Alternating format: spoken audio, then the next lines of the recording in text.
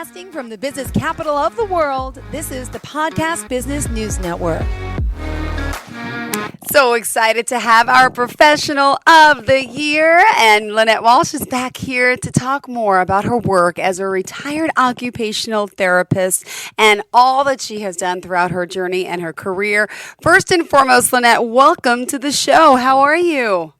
Well, I'm doing well, and California has got down to more reasonable temperatures, 80s. It might get to 90s by the weekend, but we're not going to think about that. Wow. Well, thank you for the update. She hails from Pasadena, California, and has had a very long career as an occupational therapist, over 40 years, working with those with spinal injury, stroke, fractures, geriatric therapies, and so much more.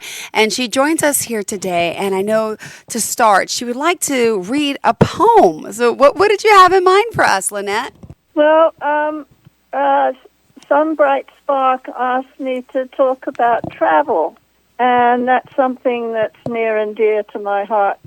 And I started traveling when I was 16, and now I'm, we won't say.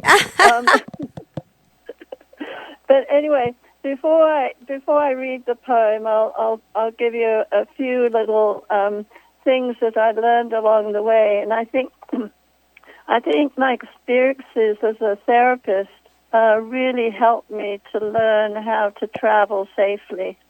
Traveling is like an advanced course, a skill course, and you can learn it quickly from, experts and stuff, but you can also learn it from lots of experience.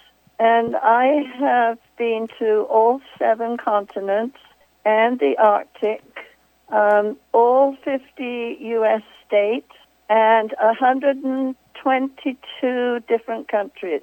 So I've been around. Oh, my goodness. You are quite the world traveler. Yeah, and luckily, my late husband, he traveled a lot because he was an engineer on the space program. So that was in the days before they had the satellites and stuff, and they used to have tracking ships out in the ocean, and they had to always be off center, otherwise the spacecraft coming in would have hit the ship. So they were always a little bit off the landing site. But anyway, to start off at the beginning, my mother, and I learned most of my tips from her, and one of the most important ones she always told me was always have money for the fare home. So if things go wrong, you can get home. So I thought, now we have insurances, so that's where that little bit fits in. You always have to have a reliable, resourceful professor who can be your travel agent, and have a very good relationship with them, because they can do things that can't. And they have little secret things where if you're going on a cruise, they may tuck in some extra money that you can spend on the ship or whatever. Some do, some don't. So you have to sort of, that's kind of a nice surprise. It's always, I've got to be a bit picky about companies I travel with. I know I'll do a naughty and just mention one of them that's a good travel company is Viking. But what I didn't know about them was they don't like individuals ringing up and making their own arrangements. They must deal with a travel agent. And the other thing is that they tend to have large groups. So when you go on short trips, instead of being with 10, 12 people, you might be with 25, which is, can create a problem. I don't like going ashore in big groups like that. It's just as well not to, if you're a novice traveler, don't do it yourself. It's surprisingly, even if you're a good researcher, it can be difficult and expensive for novices. So if you're going to a foreign country or something, sometimes it's good to book things ahead of time, like a rail pass or a ride on the London Eye. Book that online. Otherwise, when you get there, you'll be standing in line forever. So, but it's a wonderful thing. So things like that. And if you have a reliable travel companion, make sure that you really do get on well, because you're going to be in close quarters for quite a while. And if you're brave like me, since I'm a widow now, I'm very comfortable traveling on my own, but I will travel with a group or on a ship where people know where I am. I don't want to be out on a limb and not accounted for, if you know what I mean. Oh my goodness. Well, where are you going to next? What ship? By the way, you're into ships and cruises. Can I ask you, what is your favorite cruise to go on? Well, I used to love the Crystal line. Mind you, I had to work up to it because they were the expensive line, and what I managed to find was a repositioning cruise, which are often a lot cheaper than on the regular itinerary. I'm actually going on a cruise in January, which I signed up for, a year ago, and it was sold out. So I've been on the waiting list, but I just recently got word that I am able to go on it. And it's a ship that only holds like 450 people. And I'm going to Cape Town and sailing all the way up the west side of Africa and around the bump and into the Mediterranean. And I finally get to go to Gibraltar, which, being British, I'd wanted to go to for a long time.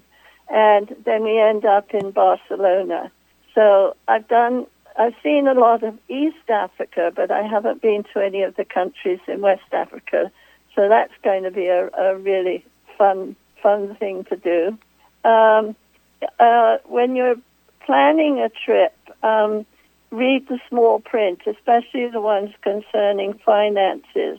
And I learned in graduate school in sociology that you make an estimate and then double it. So that's really appropriate when you're planning a trip. And also knowing when to tip. I do get a bit crazy when they don't take care of trips. I would think it would be worth the company's thing to add $100 to the cost of the trip and take care of it, and then maybe your trip, you're tipping the one tour guide or whatever, your leader. And otherwise, you're figuring out, you get off a bus, and do I tip them or don't I? Or you're getting off a ferry, do I tip them or don't I? And that can be quite tricky. A lot of people travel with just plastic credit cards, but a lot of foreign countries don't accept them. So I like to drive the currency exchange at the airport crazy by taking envelopes of the countries I'm going to and asking if they've got the currency, and then exchanging it. So I get to a country and I've got currency in my pocket. So that can be fun, especially if you like impulse shopping in a market or somewhere. And lots of things to know before you go. So do your research, look at your brochures, your online info, and be very realistic about your physical ability, your stamina. Can you hike for 4 hours? Can you walk for 2 miles? What is it, I was thinking about going to Mongolia, which is somewhere I haven't been. And then I saw a documentary on it, and they said the capital, Ulaanbaatar, is the most polluted city in the world, and that really put me off. So Mongolia dropped down to the bottom of my list for the moment. Oh, my goodness. Then your packing list is very important, and do it ahead of time, quite a bit ahead of time, because you go back and look at it the more you learn. And things like, are there going to be laundry facilities, or do you have clothes that mix and match, like a good pair of black slacks, tidy slacks, and then you can put different tops with it for the evening? Or are they going to have formal occasions where you need to dress, or a suit for a guy, some like that? And some brochures, some companies have brochure suggestions, but they're not always relevant. Medications, and, the important ones go in your carry-on. Toiletries, take small sizes, and if it's over a certain volume, then it has to go in your checked luggage. And do you do checked luggage, or are you one of these amazing people who go with a carry-on? I can't. Can you? I'm just curious. I can't. I need at least 2 bags. Right. And what airline and what kind of seating are you doing? Because I'm 5'8" and old enough that I don't fold up into pretzel class anymore. So I usually finance business class. And with business class, you can take 2 bags free and a carry-on. So you have to know these things. And do you have pre-check in TSA in the airport, and you can go through a different gate, and you're not standing in line for 2 hours or whatever it is? And also what to put in your carry-on. Emergency stuff like your medications, and I like to have I've got a sort of nice point and shoot camera, and it's usually in my carry-on. And your electronic devices like an iPad or a good phone or whatever. So know the rules of what you can take and not take.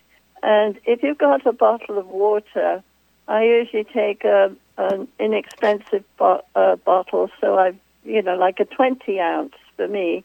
And so I've got water to drink.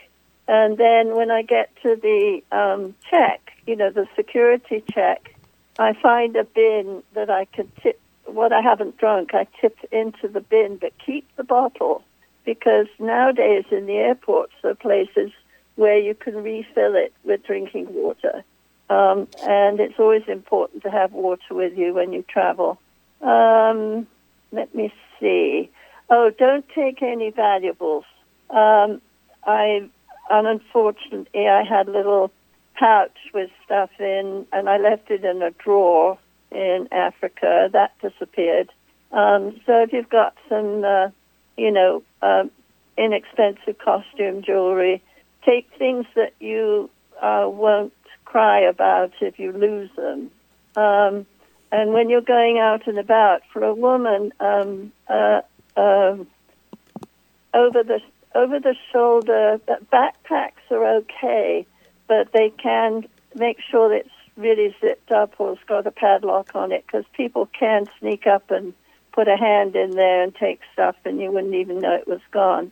So crossbody, lightweight bag does better for that. And for guys, have pockets with zippers on them if you have any of those, or deep side pockets, so you can. I agree. Pockets are golden. I agree. Yeah, and the other thing about valuables is no matter where you're staying on a ship, it isn't so bad because you've unpacked anyway. But they usually have a safe. And in a hotel room, they have a safe.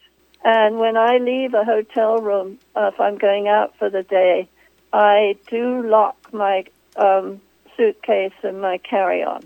And, I use padlocks. so TSA padlocks.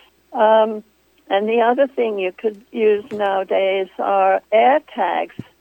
Apple have these round things. You put them inside your luggage or inside your carry-on, but they have to match another Apple product.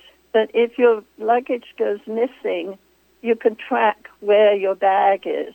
So if it's stolen out of baggage claim or even out of your room or anywhere, you can track it. So that's another nice thing to have. And whether you take a camera or just your phone, hat if you're going to somewhere warm, binoculars.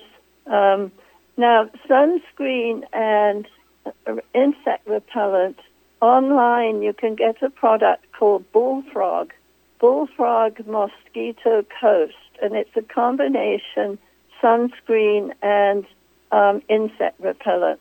Now, mosquitoes can find me within 50 miles, and I did a trip with my friends to the Florida Everglades. I was the only one that didn't get bitten, so that's a recommendation for you. And that's getting okay. stuff online. Getting stuff online and getting the appropriate suitcase or bag. And also, once you packed it, take a picture of it, because I've lost luggage, and one time I had to draw one because I didn't take a picture of it. But other times I've taken pictures of them, and they say, oh, yeah. I think it was in Kathmandu, Nepal. I couldn't find my luggage for the love of money. Oh, no. They had taken it off the belt, and they'd stored it in an office way at the back end of the airport. But I was able to show them the picture on my phone of my luggage, and finally I got hold of it again. So, and if you're in a group, make sure that you can have a good relationship with your trip leader. Yeah. Don't be a nuisance and be on time, but ask some questions if you really misheard the instructions or don't know what the meeting time is. And I take a notebook and try and write things down when we're given a briefing, and just keep it in my purse, and that way I can keep myself online. And now I will read you my poem, which I wrote. There we go. Can't wait to hear it. I wrote it in every year in church. We do a dinner and a show. Okay. And we've got a very creative bunch of people, and I'm a choir member, so I don't sing solos, no, but I write poems. So I do a poem if feel the urge. Sure. So this is how this came about, and this one's back from 2018. Okay, here we go. I was 16 when I started, journeying far afield and from family parted. My mom taught me how to do it, first to Paris to see people I knew it would be great to see again. As a child, I was looked after by an au pair and taught not to be wild. Now grown up, an exciting visit planned, off to the airport, feeling very grand. We flew to Jersey, stayed in a hotel, so very fancy. Next day on to Paris, and a relief to be met by the people I knew and won't forget. Out to the country house by car so quick, but I got Paris tummy and soon was sick. Wow. Excuse me. Not an auspicious start to my stay, but soon I was fine and well on my way. We visited Notre Dame on a busy Good Friday, and I learned to air kiss the relics of more illness I was wary. Up the Eiffel Tower and out to Versailles, so I saw city and country for miles and miles.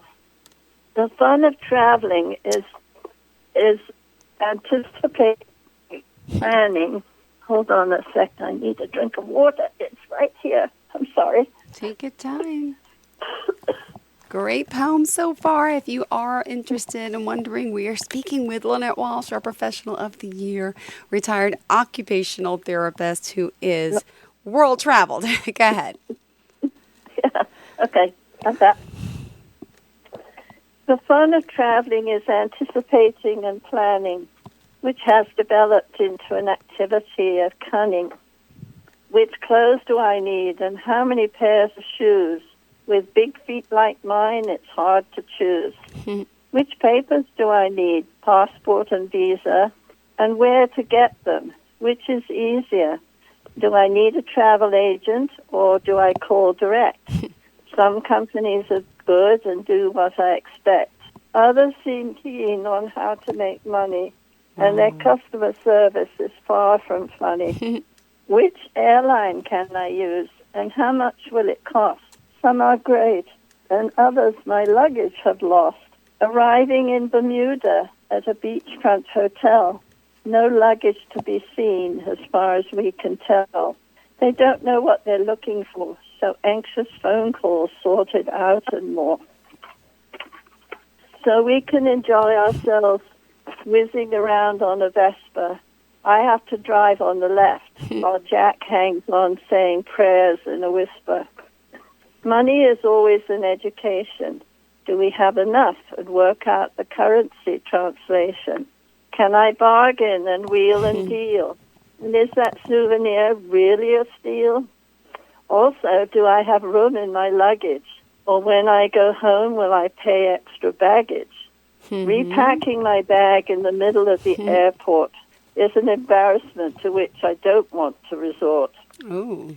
An expander bag is a great invention, and it's cheaper to check 2 bags than pay your pension in excess fees when your bag is too heavy, as they are so quick, these fees to levy.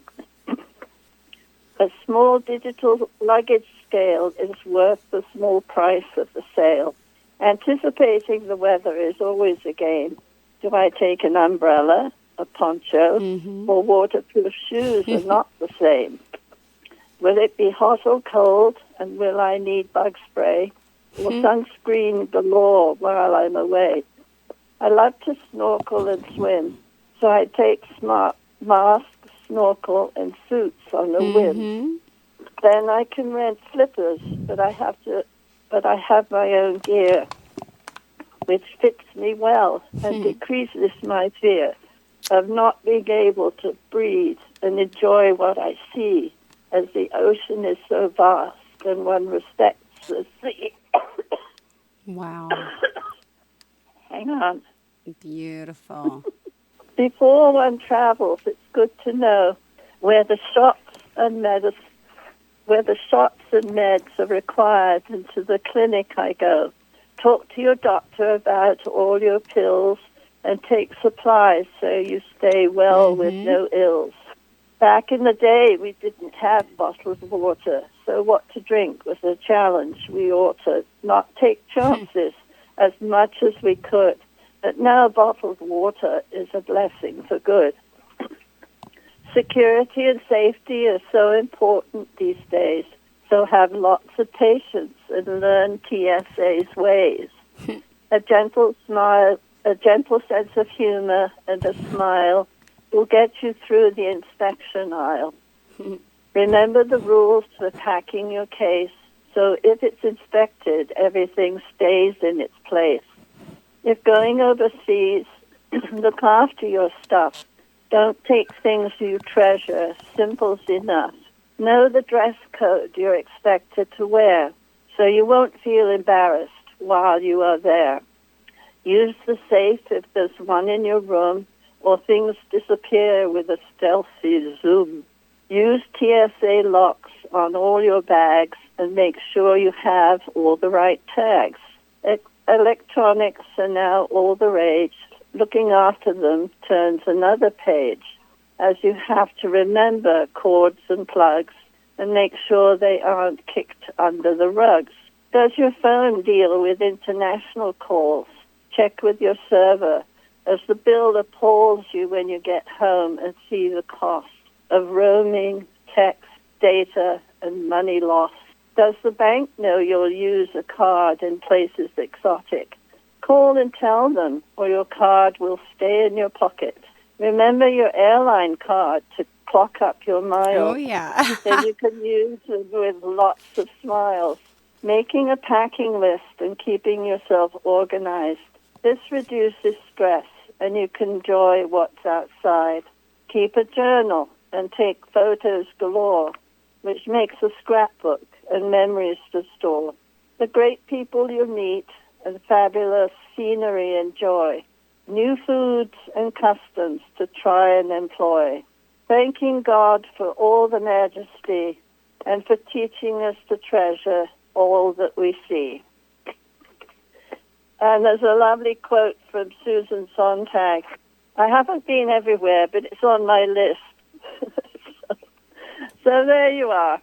Wow. Oh, my goodness. This is a beautiful poem, and we are ecstatic that you're here and really want to congratulate you on all this amazing travel, let alone to have a full-time career and to travel like this. God bless you. So how could people reach out to you? By my email, which is wjackslyn70@gmail.com. Perfect. Well, thank you so much. Always a pleasure having you here, Lynette. And thank you so much for this beautiful poem and for all that you've done. And I can't wait to hear more, all right? You have a fantastic day and enjoy your week. And I hope the weather stays cool for you there in California. Yeah, and I have another poem to read at another time, which is all about help. Cannot wait. All right. Sounds good. Next time. All right. You have a fantastic day. Thank you. Thank you. Too. And to all of our listeners, please stay tuned. More of the show's coming right up after the break. Don't go anywhere.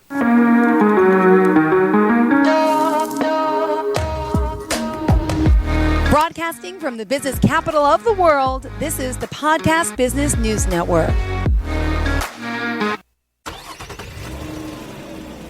Of course my kid's in the right car seat.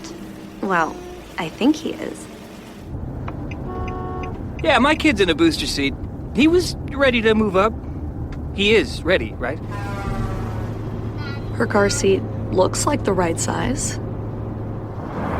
There are probably rules on when to move up to a booster seat, aren't there? Rear facing, forward facing. I think I have it right. Car crashes are a leading killer of children 1 to 13. Are your children in the right car seat for their age and size? Don't think you know you know. Go to safercar.gov/the right seat. I know my child's in the right car seat, or else I wouldn't get in the driver's seat. Brought to you by the National Highway Traffic Safety Administration and the Ad Council.